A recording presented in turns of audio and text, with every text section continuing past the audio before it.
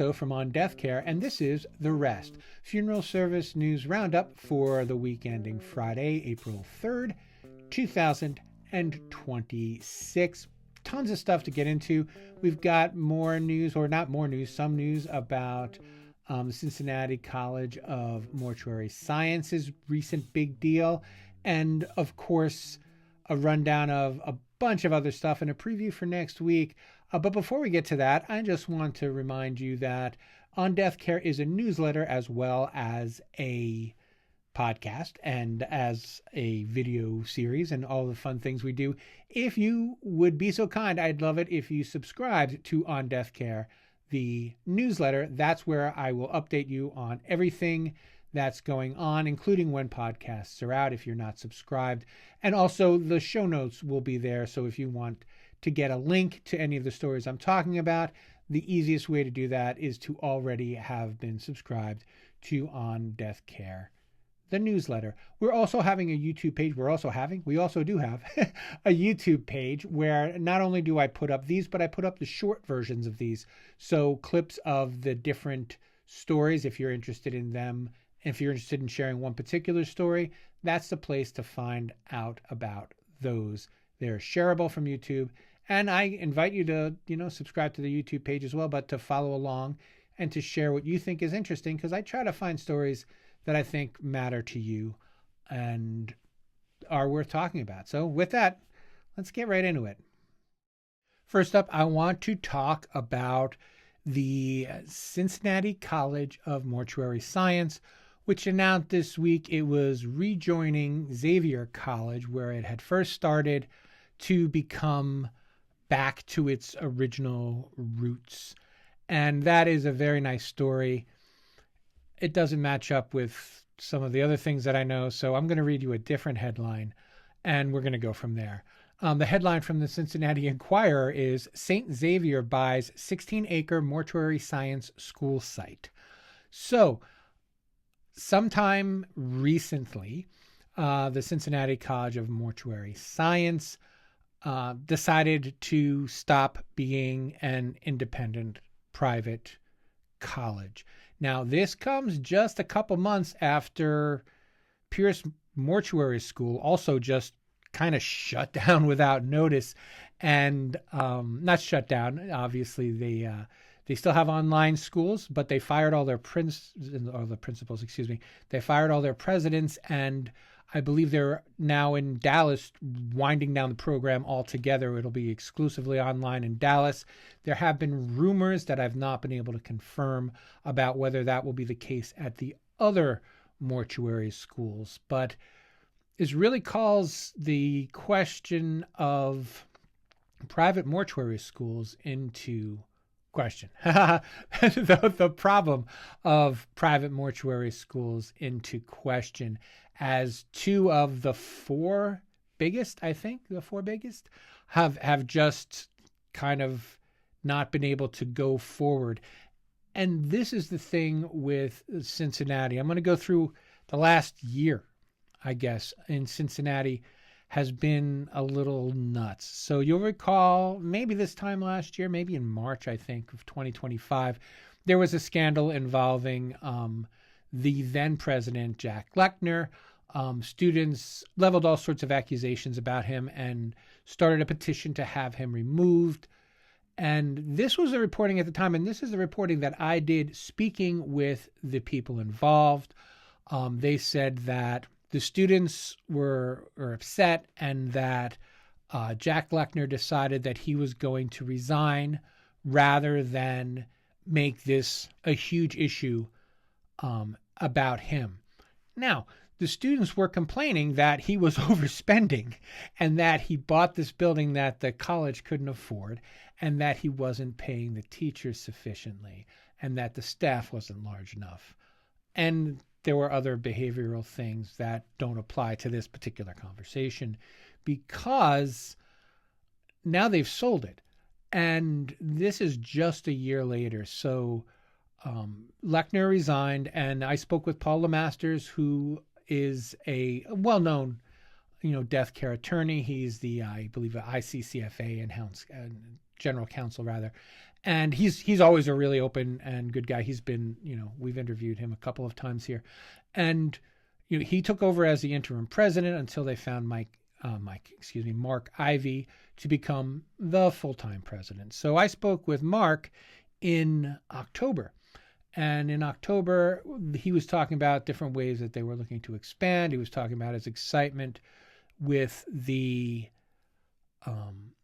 cremation program, because again, you'll recall that the school installed a crematory so that they were doing cremations from the medical school, and they had just partnered with Kent State to be able to offer more distance learning to other places in Ohio. So if they couldn't get from Kent State to so Kent is far away from Cincinnati, and they were offering online courses that would result in a proper bachelor's from Kent State. So there were all of these exciting things going on, and that was in August. September, October, November, December, January, February, March. Sometime in those 7 months, they decided that it would make more sense to sell the school for $7.2 million.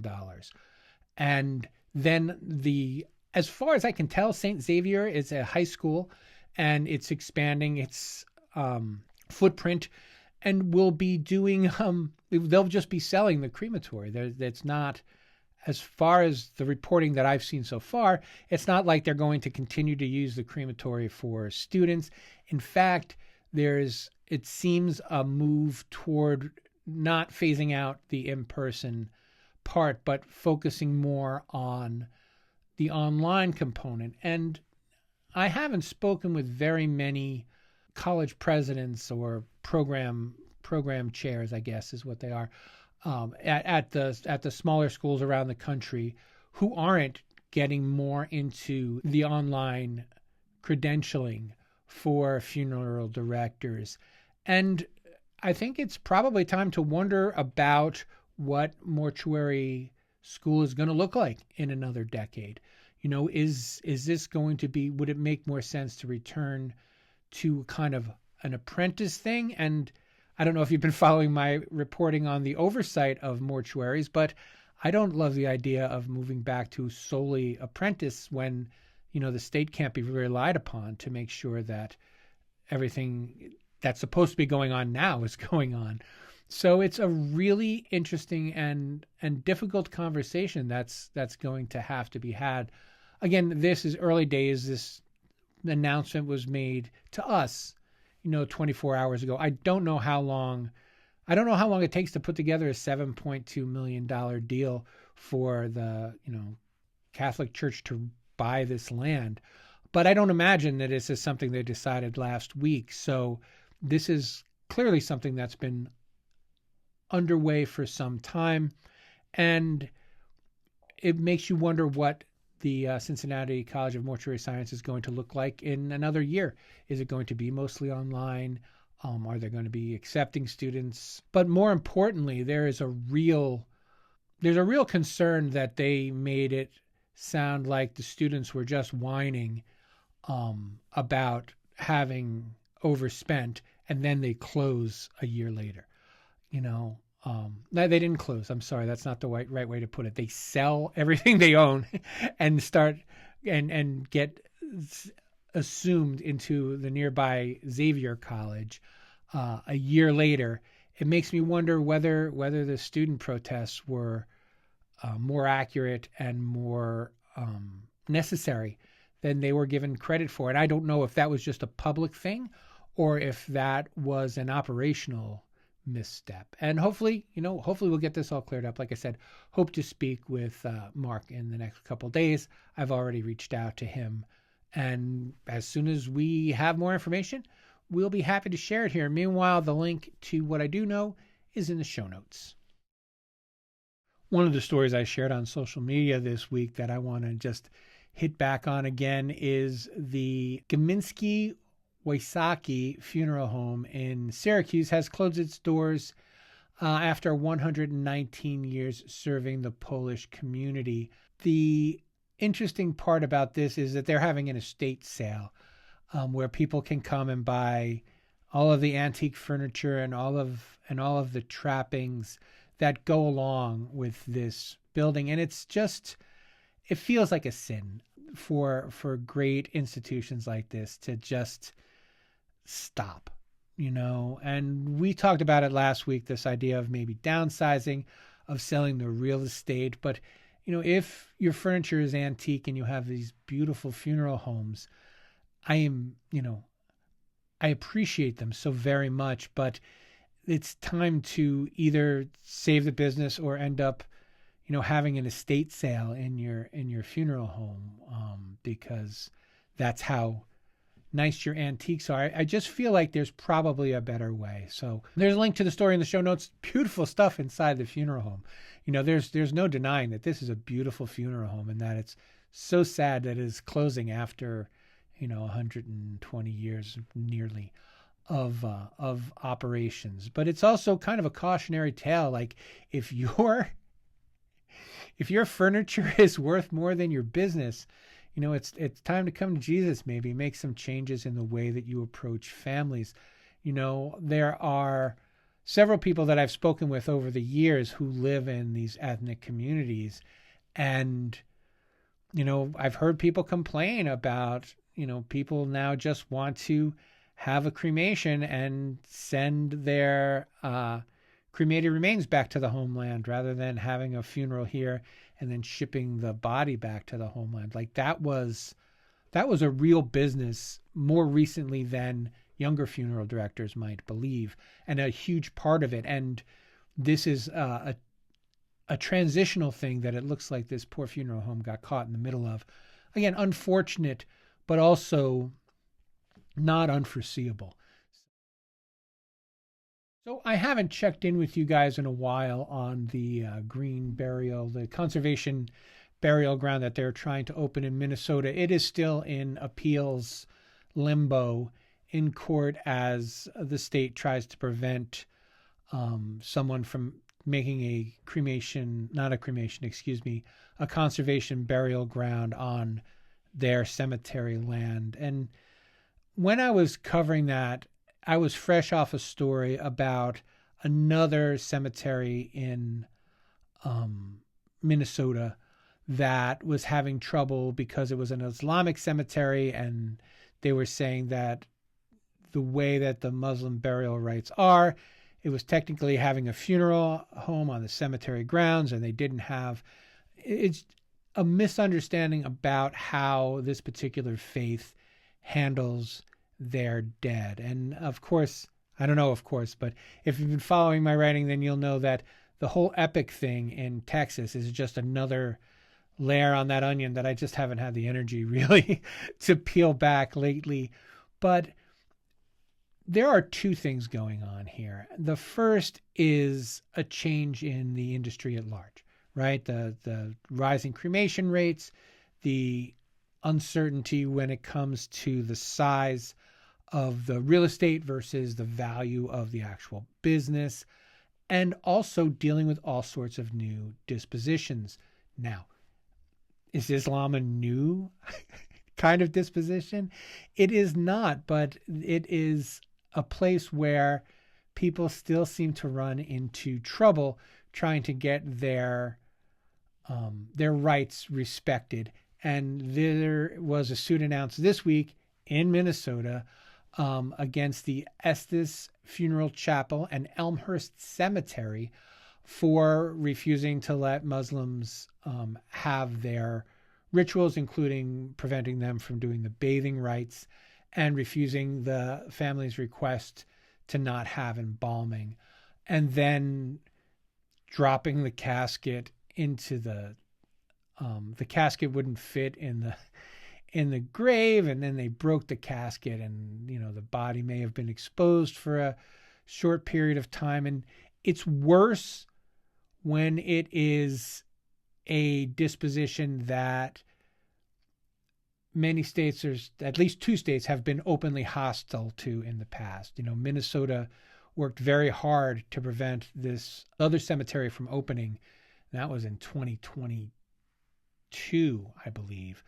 And it's, again, a bad look for the industry. If you don't know how to handle Islamic rites, then you probably would do well not to accept Islamic burials. And that's all I have to say about that. You can take a look at the rest of the story. It's in the show notes, and more on that cemetery that is having all the trouble in Minnesota. Hopefully next week. I've been back and forth with them about the different tactics they're taking. They lost their latest appeal. No, the state won its latest appeal, but the state won it on technical grounds, and they've already begun the re-appeal process. Lots of time in court for just trying to put a body in the ground. But anyway, link to the suit story in the show notes. Speaking of racial tensions within funeral service, I read this really interesting personal essay this week, written by the son of a black guy who used to sell caskets for Batesville when they were under Hillenbrand Industries. And he talks about, this is a story about segregation, but this is a story about segregation in the 70s and 80s. The idea of that going down into the casket salesman industry is pretty interesting. And if you are new, and by new, I mean, if you started after, the mid 80s, I guess if you started working in the 1990s, you might not know this story, but the black salesmen weren't treated very well by Hillenbrand, and eventually they sued and won a huge anti-discrimination suit because of the disparities between the way that the black casket salesmen were asked to perform and what they were allowed to do, and the way the white casket salesmen were treated and what they were allowed to do. One was home every night, for instance, and the other one wasn't. But what's funny about this story is that since it was as segregated as the job was, one of the little pleasures that the family had when they were able to travel with their father during the summer was scaring all the white folks out of the pool by jumping in it. And this is in the South, but this is in the 1970s and 80s. It feels like it shouldn't have been like that. And I know I sound so naive when I talk about that, but it just, I genuinely surprised. But anyway, it's a sweet story, and it's fun to read, and it's in no way aggressive or mean-spirited, but it's a nice look at a not nice time. And so there's a link to that in the show notes. I can't encourage reading that enough. The Johnson Consulting Group this week released a comprehensive analysis of the death care profession based on more than 650,000 sales and survey records. This came out later in the week. I'm slicing and dicing it now. I'd love to have a story on it next week, and maybe even some deeper analysis. One of the things that kind of leaped right out at me, one of the first things, was that 10.2% of completed surveys resulted in a generated lead, with grief support and prearranged services being the top lead sales types. But there's a bunch of stuff. There's more things than I could go over in a short podcast like this, but I did want to kind of tease it because I'll have something out on it next week for sure. And you can get to take a look at it yourself. I'll have a link to it in the show notes. And that will do it for this time. The rest has been an OnDeathCare production. Thank you so much to our paid subscribers who fund this and all of the other things that I do in the death care space. If you would like to join them in encouraging me, it is easy to do. Just go to OnDeathCare.com and subscribe. Once you subscribe, you can choose from a support level. That support level can be 0. I want to make sure you guys get the news, and I'm not charging for most of the reporting I do. There's a special bonus available, a bonus post available for paid subscribers, but everyone should have access to this information because I think that they can use it to make their lives better and then make other people's lives better. So would love it if you paid subscribe and became a sponsor of this show, but would love it even more if you just subscribed so that I knew that I was connecting with all the right people. I did all the other work on it. I did the writing, the research, the video, all of those things. If you have any suggestions, whether or not you are a subscriber, I would love to hear them. If there's something I missed, if there's something I got wrong, if there's something I got right, but you hate that I said it, all those things, please send them to me. I love to get emails from you guys. One of the listeners reached out about a Wes Anderson reference that they caught in the show that I didn't make. They made it up as a Wes Anderson reference, and we had a nice little chat about that. So please, love to hear anything you have to say. But you guys have a great weekend. I'm gonna have a great weekend. It's spring now. It's still a great time to be alive. So I will check in with you guys next time.